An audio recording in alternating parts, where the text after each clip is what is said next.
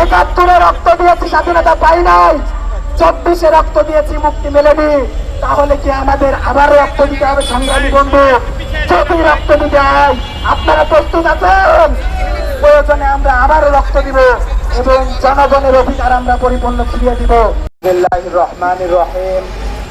আজকের এই বিক্ষোভ মিছিল পরবর্তী মানববন্ধনে উপস্থিত আমার সংগ্রামী কমরেড বন্ধুগণ এবং সাংবাদিক ভাইরা, প্রশাসনের ভাইরা, আজ আমরা গভীর দুঃখ বেদনা নিয়ে এই মানববন্ধনে আমরা দাঁড়িয়েছি।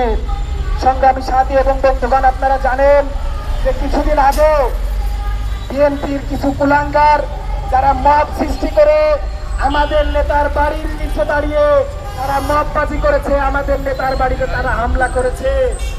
সংগ্রামী সাথী ও বন্ধুগণ, 24 পরবর্তী বাংলাদেশে এটা আমাদের জন্য অত্যন্ত লজ্জার। কেন লজ্জার?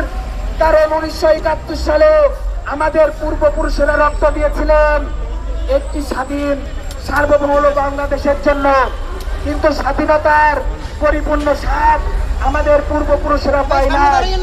পরবর্তীতে দীর্ঘ জুলুম, দুঃশাসন, নিপীড়নের ফলে ছাত্র জনতা একত্রিত হয়ে রাজপথে নেমে এই স্বৈরাচারী শাসককে উৎখাত করার মাধ্যমে তারা একটি নতুন বাংলাদেশ পাবে বলে আশা করেছিল।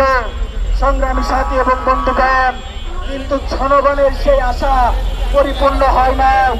কেন পরিপূর্ণ হয় নাই? কারণ আমরা এমন একটি বাংলাদেশ চেয়েছিলাম যেই বাংলাদেশের সরকারি দল, বিরোধী দল, প্রশাসন, দল মত নির্বিশেষে সকলে একত্রিত হয়ে একটি সত্যিকারের সোনার বাংলাদেশ আমরা গড়ে তুলব। কিন্তু আমরা কি দেখলাম? একটি ম্যানেজ ভোটের নির্বাচন হলো এবং এই নির্বাচনের পরে জনগণের নেতা, আমাদের তরুণদের প্রেরণা জননেতা রাশেদ প্রধানের বাসায় মববাজির রাজনীতি করা হলো। এটা আমাদের জন্য দুঃখের। সর্বশেষ একটা কথা বলতে চাই, 71-এ রক্ত দিয়েছি, স্বাধীনতা পাই নাই। 24-এ রক্ত দিয়েছি, মুক্তি মেলেনি। তাহলে কি আমাদের আবার রক্ত দিতে হবে সংগ্রামী বন্ধু? যদি রক্ত দিতে হয়, আপনারা প্রস্তুত আছেন? প্রয়োজনে আমরা আবারও রক্ত দিব এবং জনগণের অধিকার আমরা পরিপূর্ণ ফিরিয়ে দিব। এবং সর্বশেষ বলতে চাই, রাশেদ প্রধান আমাদের স্বাধীনতার নতুন সূর্য। এই রাশেদ প্রধানের কণ্ঠকে যারা রুখে দিতে চায়, রোধ করতে চায়, তাদের কণ্ঠ আমরা ছিঁড়ে ফেলে দেবো ইনশাআল্লাহ এবং তাদেরকে রাজপথে কঠিন ভাবে মোকাবেলা করব। এই বলে আমি আমার সংক্ষিপ্ত বক্তব্য এখানে শেষ করছি। দেখা হবে বিজয়ে। আসসালামু আলাইকুম।